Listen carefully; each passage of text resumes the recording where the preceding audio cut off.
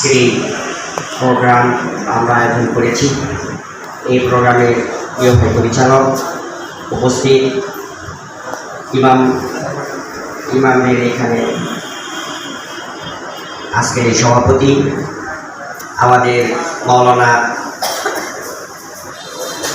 মোশাররফ হোসেন বাহাস এবং আজকের এই প্রোগ্রামে ইতিমধ্যে আপনারা লক্ষ্য করেছেন প্রধান অতিথি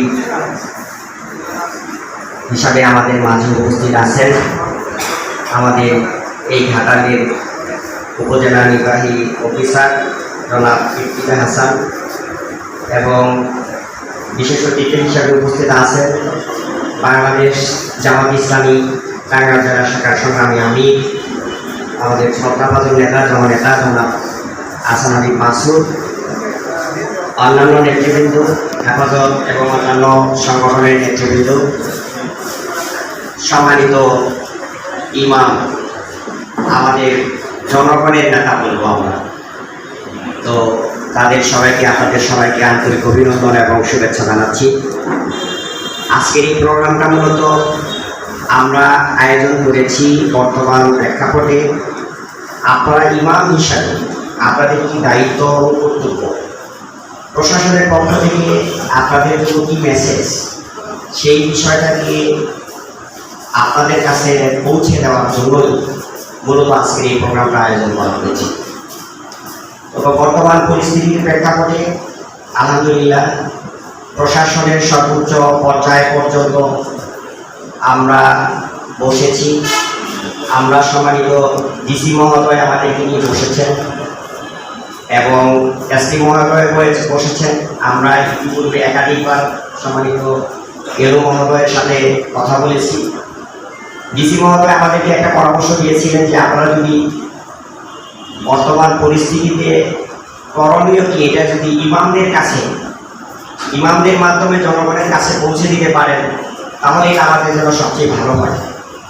এই বিষয়টা আমি যখন আমাদের সম্মানিত উপজেলা নির্বাহী অফিসারের কাছে বিষয়টি কথা বলি, স্যার তো অত্যন্ত আনন্দের সাথে এটাকে গ্রহণ করে এবং বলেন কালকেই দুপুরে 11:30টার দিকে কথা ওনার সাথে যে এই ধরনের একটা প্রোগ্রাম হলে তো খুব ভালো হয়।